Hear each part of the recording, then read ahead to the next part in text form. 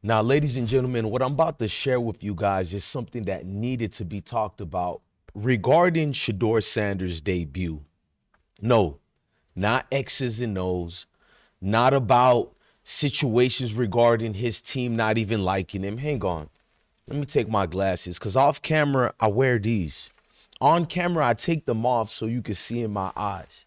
Now, we've seen Dillon Gabriel break under pressure, as I've said over and over. Can the guy throw a football? Obviously, he can throw a football. Does he have the strongest arm? No. Is he somewhat accurate? Yes. So, bless one, what's the problem with Dillon Gabriel? Well, he's too short. His lack of height, so he has to overcompensate with this fearless leadership role that he never exhibits on the field. He makes one costly mistakes and he can't gather himself back together, meaning he breaks with one mistake only. You know how the rest of the game is going to go. He doesn't have what Shedeur has or what a Brett Favre. Brett Favre can throw 5 interceptions in one game and still win the game with over 380 yards passing and 5 touchdowns. That's Brett Favre. I need a quarterback like that who's not in this situation where low is me. So what am I talking about? Dillon Gabriel was protected by the Cleveland Browns with a fake injury. That's exactly what I'm speaking about. The fake injury that all of you guys are pretending not to see, pretending not to actually pay attention to. You know it was a fake injury. You guys know I'm petty. I'm not messy. I'm petty, but I'm not messy. In fact, give me my theme song so I could go in. I've been broke so many times, I don't know what to believe. Mama say it's my fault, I wear my heart on my sleeve. Think it's best I put my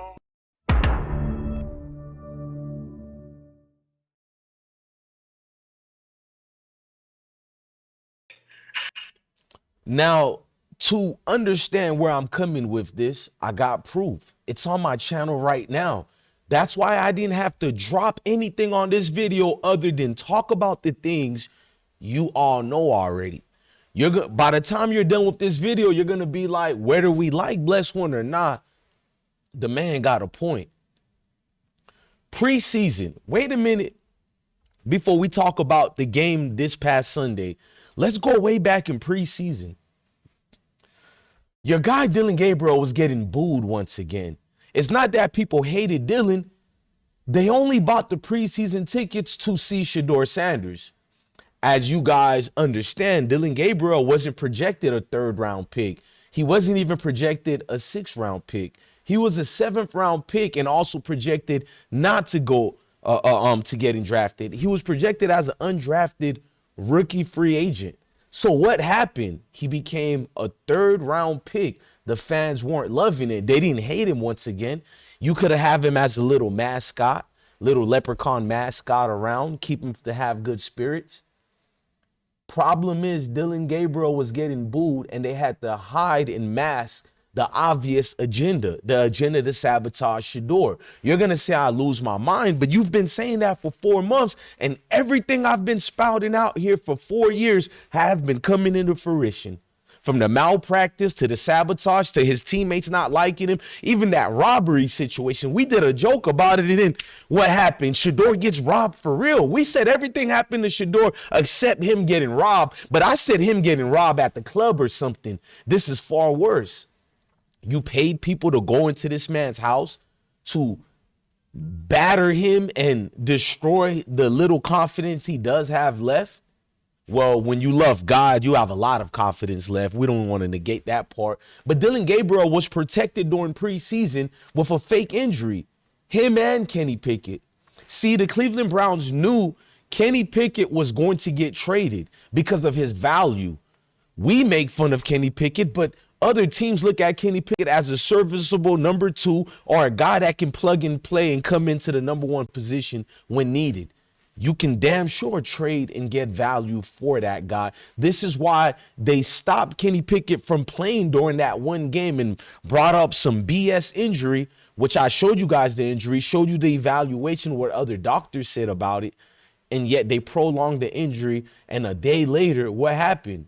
Dillon Gabriel's injured too after 4 interceptions during practice. How much was it? 4 or 5 interceptions during practice? Dillon Gabriel has to be shut down. He's quote unquote injured now. He won't be playing in any of the preseason games. He is going to be part of the team as a first pick. A first string quarterback.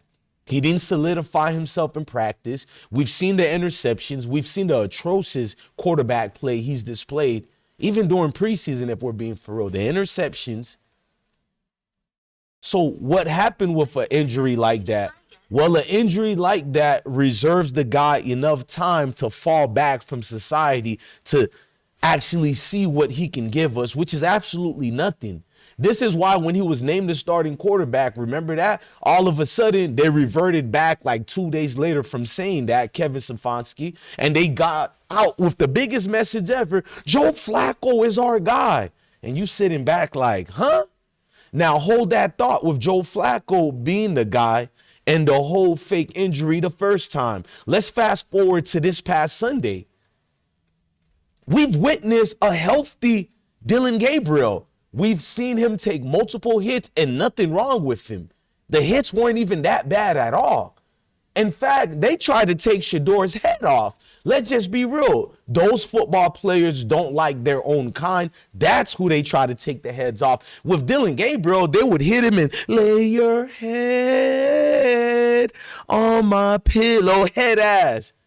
That's what they do. They put you down gently when you're a non-melanated quarterback. Let's just keep it real. So where was this concussion? How did Dillon Gabriel enter the quarterback concussion, the NFL's concussion protocol? That's why I'm waiting to see what happens during this Sunday. It doesn't matter who plays, whether it's Dillon or Shedeur Sanders. You pay attention this week, what's going on in practice and what's going on with the movements. It's not about who gets to play this Sunday. What was the point of Dillon Gabriel being in the concussion protocol? Where was it? Show me on that field what's substantiated for people to be like, we need to evaluate him when you still let him come back on the field during the third quarter. So the second half presumes and resumes as scheduled, and all of a sudden you put him in the back burner and, he's not getting back on the field.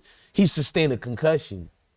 Or was this a deliberate move to embarrass Shedeur and exhibit, look, this is the reason why no teams wanted Shedeur, quote unquote. This is the reason why we don't even give Shedeur first team's reps. But they're the thing right there. DJ Blessing's been telling you for months he has yet to get any first team reps with any of the starters, not even one time, not even after practice. Well, after practice maybe, but does that really count? And after practice, who are the guys he's throwing to? He was throwing to high schoolers and college, community college football players, not actual people who counted. And oops, my bad. What was the other situation which Tommy Reeves and Billy Musgraves agreed with DJ Blessing? Shedeur was throwing to the equipment managers while Zappy Bailey, whatever the quarterback name, was actually throwing with the second and third strings. Right. It took Shedeur to be named the second string quarterback before he even got to play with the second string. We didn't even bring that part up as well. We didn't. I did. But I don't have a big platform like the Shays and Shannon Sharp. I love Shannon Sharp and Ocho, but I somewhat was ashamed. It took them to see Shedeur get sabotaged during his debut for them to bring up the word and terminology of malpractice. First team reps. I've been doing it every day and nobody wants to pay attention. But if it's a step in, you know what? If it's a step in, fetching, you love it. You love it. That's when you all want to talk about it. But a blind man could have seen what was going on. Dillon Gabriel was never injured. You got to know why they do these moves, bro. And a big move is about to happen soon. Of course, no more trades. You know what moves I've been telling you guys? Jimmy Haslam's been getting investigated for playing around with Ohio politicians and getting it his way. Millions and millions, if not over $100-something million, he's already given less than a 6-year period. And that's nothing for him. To these politicians to get what he needed. The $600 million, which he could have easily paid for that for his stadium. But you'll never call those millionaires welfare kings and queens. You'll never do it.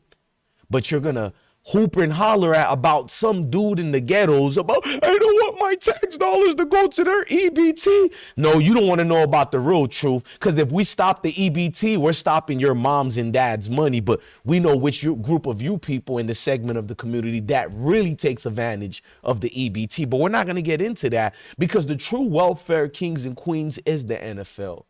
They found a way to rob all the cities in America of all the taxpayer citizens' money to fund and fundle their Ponzi scheme. Because in the world of gambling today, you're witnessing nothing blessed when it's saying is BS.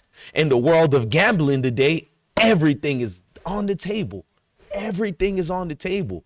We will question it, because when I realized, damn, everything I've been bringing up have been actually correct and substantiated, why wouldn't I start exposing the BS? I already exposed it was Cleveland Browns players and organization members who robbed Shedeur's household. My bad, who paid a couple of other people to go in the house. Might I add, people who are dressed like they just left a well-to-do club. New Balance shoes, nice pants, nice attire on them, but we're supposed to believe Pookie and Ray Ray just found themselves accidentally in Shedeur's home. Sir, everything is on the table. The fake injuries will not live over here. We seen it, we know it. And I guarantee you, when ESPN starts saying a fake injury, you guys are going to want to listen. When it's me, I'm just a regular knee grump. But when it's ESPN, you fall in love with the rhetoric. Because if Dillon Gabriel plays this Sunday, you know what you're getting. But if Shedeur plays, you know even more what you got. I'm going to judge whether Shedeur can be in this league or not after 3 to 4 weeks. Lesser than what you gave Dillon Gabriel. You guys been knew what Dillon Gabriel's ceiling is, but you still made excuses for him. Shedeur gets in there. He plays horrible. I'm not going to lie. But why would I expect him to be Joe Montana when he's never played with any of those guys on the field, never even threw a little minor pass to them, never. And I'm supposed to expect greatness, but we did see a glimpse of greatness towards the end of that game. Shedeur showed you what made him durable, what made him legendary. And you guessed it, it was the receiver who dropped the football in the end zone. But are we speaking about that? No, because you insignificant people couldn't wait to find any little mistakes to pounce on that, brother. Because at the end of the day, it is about race. It's always going to be about race. It is bigger than football, and it is deeper than football. I'm DJ Bless One, the best one. Love your family, love your kids, and stay blessed. Hard been